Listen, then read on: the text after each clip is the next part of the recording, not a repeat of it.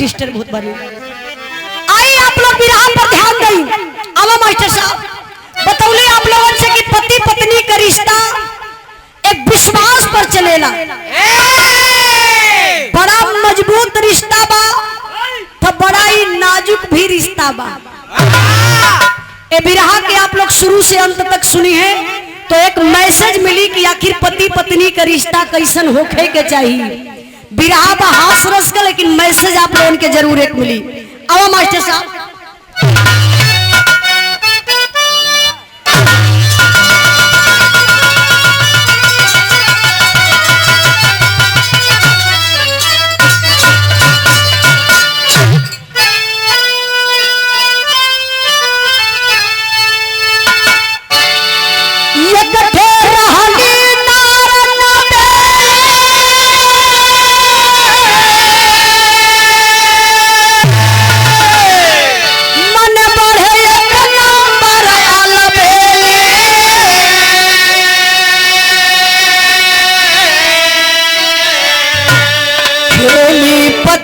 संग में एक दिन ऐसा खेल,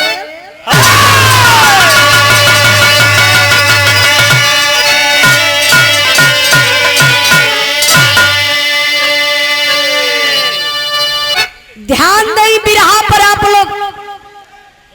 एक थे रहली नार नवेली, मन बढ़ी एक नंबर अलवेली। खेली पति के संग में एक दिन ऐसा खेल। विराह के सुनने वाला भैया बाबू आप लोगों से बता देत बानी, दुनिया में बतावल जाला कि धन का बढ़ब ठीक बा, लेकिन मन का बढ़ब ठीक नहीं खे। धन बढ़ी तो कामे आई, मन बढ़ी तो हर जगह वो इंसान लात खाई, हमेशा विनाश के तरफ ही अपन कदम बढ़ाई।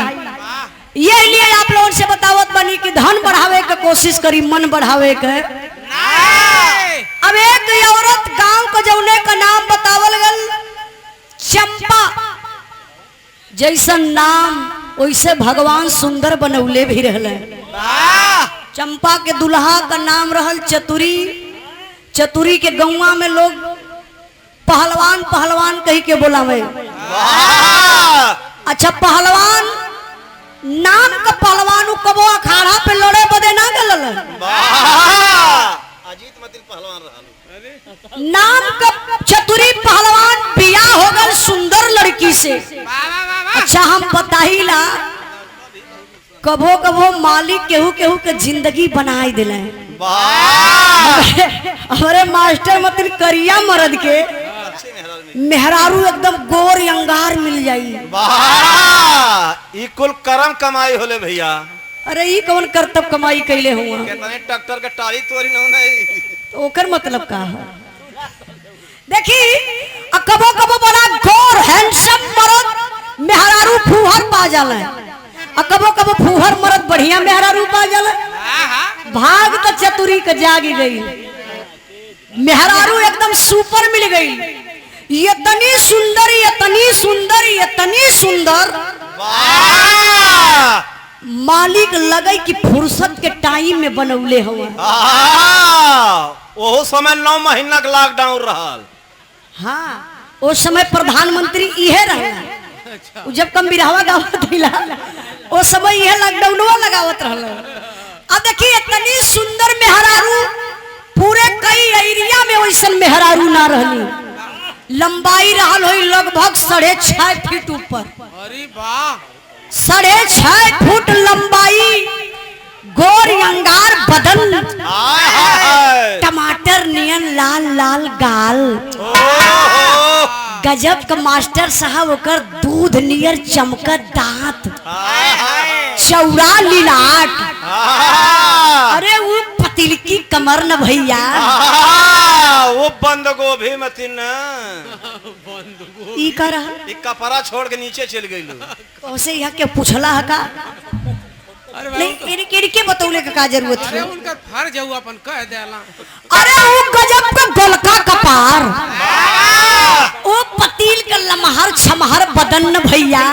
अरे देखे में लगे कि सफेदा का बोटा हो हाँ हो छुअले छलकत रहा एकदम की। एकदम गैल लाला छुए का बड़ी सुंदर मेहरारू। अच्छा तो भैया जब वो पहिन ले धानी कलर का साड़ी और सेंट वेंट मार के जब रोडे पर ही चले लगे ना, अरे हाई नौजवान लोगन के बतिये छोड़ा हाई बुढ़ऊ दादा लोग निहुर निहुर रोडवा में सूंघ है। अरे पगला गिला की होश में हुआ का लोग सूंघे। अरे इतना सेंट मरले हम महका जाए हो। हाँ दादो लोग चश्मा उतार के ताकाए कहे रहन न रे समय न तब कुछ उखड़ल न अब्बा। दादा आप लोग नाराज मत हो जाई, चला वो लोग मुस्कियाता हम कहा वो समय याद आवत हिया। अरे दादो लोगन के समय रहल ई बिरहा आप लोग सुनल जाई तो 20-25 के उम्र अपन समझ के सुनल जाई ना इंद्राज भाई। आप लोग समझ जाइए कि हम 20-25 के उम्र में हिला 20-25 के उम्र में इंद्राज भाई हो लोग ना कितना डणवारा डांक जाए लोग तो उसे कहले रहने का। आप एक बार का बात बा हमारे गुरुजी माननीय प्यारे लाल कवि जी बड़ी बढ़िया लाइन लिखलन कि मर्द का भाग और नारी का चरित्र ही कब बदल जाई, इंसान का बतिये छोड़ा भगवानों के पता ना बा। तो लिखलन का मास्टर साहब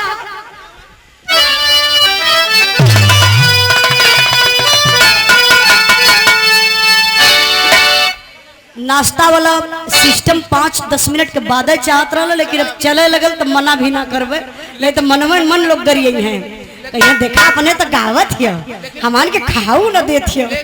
दोनों साथ में चले ज्यादा अच्छा रहेगा। नहीं ठीक बा, अब हम चाहत बनी कि नाश्ता सबके हो जा तनी भैया जल्दी, नहीं तो बिरावा में बिरहा खड़ी करे में बड़ा दिक्कत हो जाएगी। आप कार्यक्रम जारी रखें। हाँ कार्यक्रम जारी रही जानते ही बिरहा का मतलब बतौनी कहानी स्पष्ट हो गई चाहिए। तनी भैया जल्दी जल्दी ले जा सबके दे दास केहू जने नाश्ता से छूटे ना।